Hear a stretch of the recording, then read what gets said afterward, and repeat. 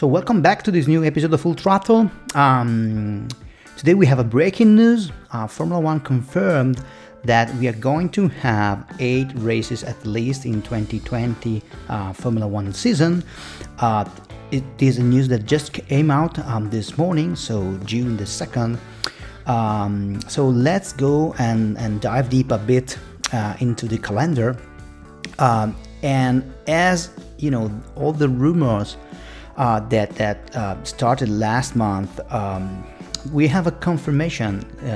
The calendar will start with a double header in Austria, July the 5th, and then the following Sunday. Then we had in this official calendar a change if you compare it with rumors that came out. So the third race is going to be the Hungarian Grand Prix in Budapest the week after. Then we are going to move to Great Britain, and then we're going to move to Spain.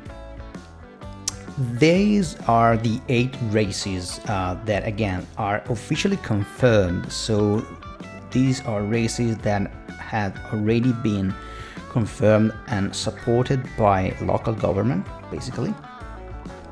So starting from Friday, July the 3rd in Red Bull Ring, Austria, with the first practice session. Sunday, July the 5th, the first race. The following week, July the 12th, Red Bull Ring, Austria. Then the Hungarian Grand Prix, July the 19th in Budapest. Then we're going to have the British Grand Prix in August the 2nd in Silverstone. And the following week, so August the 9th, we're going to have another Grand Prix in Silverstone that has been named the 17th Anniversary Grand Prix. Basically because it's 70 years of Formula One, and the first race was in Silverstone 70 years ago. So that's why we have the 70th Anniversary Grand Prix. Then we have the Grand Prix of Spain in Barcelona, Circuit de Catalunya, August the 16th. So again, a week after. And then a week of break, and then the Belgian Grand Prix in Spa-Francorchamps, August the 13th. And then the following week, Italian Grand Prix in Monza, September the 6th. After that, there has been also a lot of rumors about a possible second Italian Grand Prix the week after Monza. It should be held in Mugello, so circuit quite popular because of MotoGP. It's the track where MotoGP runs the Italian Grand Prix of MotoGP. So very well popular, owned by Ferrari. Same as Red Bull Ring, that is owned by Red Bull. It can be a good choice because it's basically in the middle of Tuscany, in the middle of hills. It's very hard to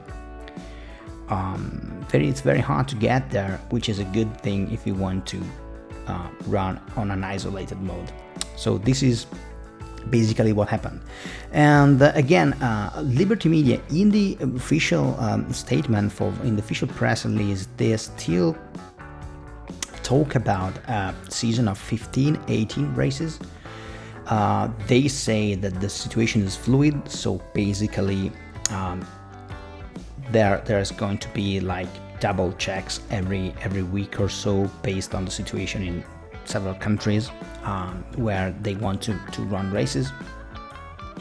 And this is the same for possible spikes in coronavirus cases for countries that has already been confirmed for Grand Prix. So for example, if Belgian Grand Prix that has been confirmed already for August the 3rd, but if there will be some spike in number of cases in Belgium, they're going to double check it and maybe just stop the race and cancel the race or postpone the race.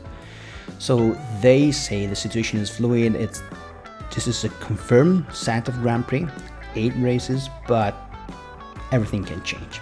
So this is what's the situation at the moment. An interesting thing is that there is just 2 breaks, I think.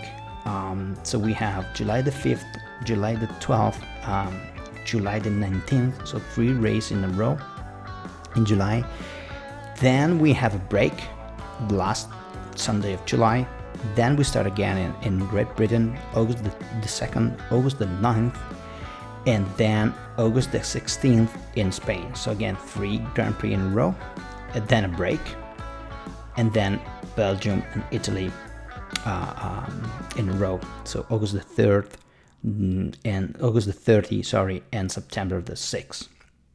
So very packed calendar with just few breaks, because again, Formula One wants to, from one side, try to have a season of 15 to 18 races, and on the other side, they want to, let me say, if they are able to pack all the races very close in a timeline, it's easier to, you know, manage the logistic and the travel for teams that moves all across Europe. You really minimize number of travels, number of movements that all the people involved has to do.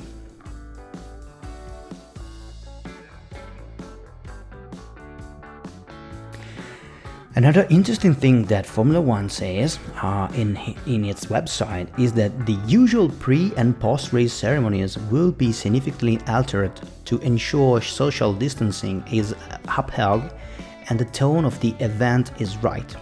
So this is going to be interesting to understand what they actually means with that and how it's going to be implemented pre- and post-ceremonies for the race.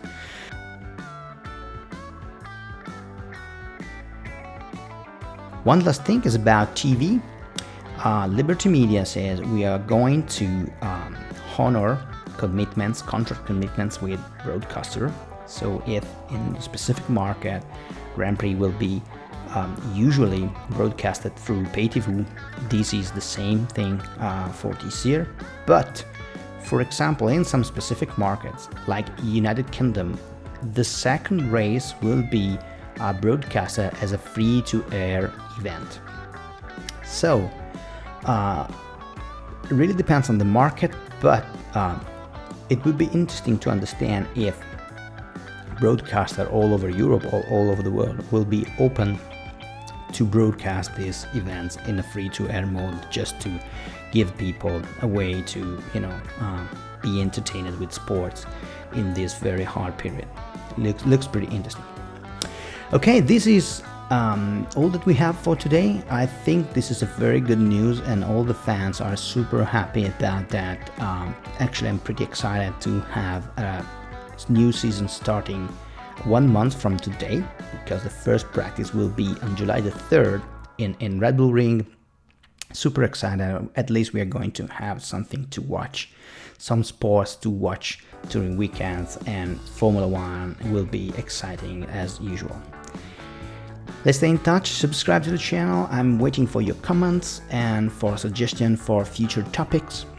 So please subscribe to the channel, subscribe to the alerts and comments, and we will be in touch, and we will answer your comments in the following episodes.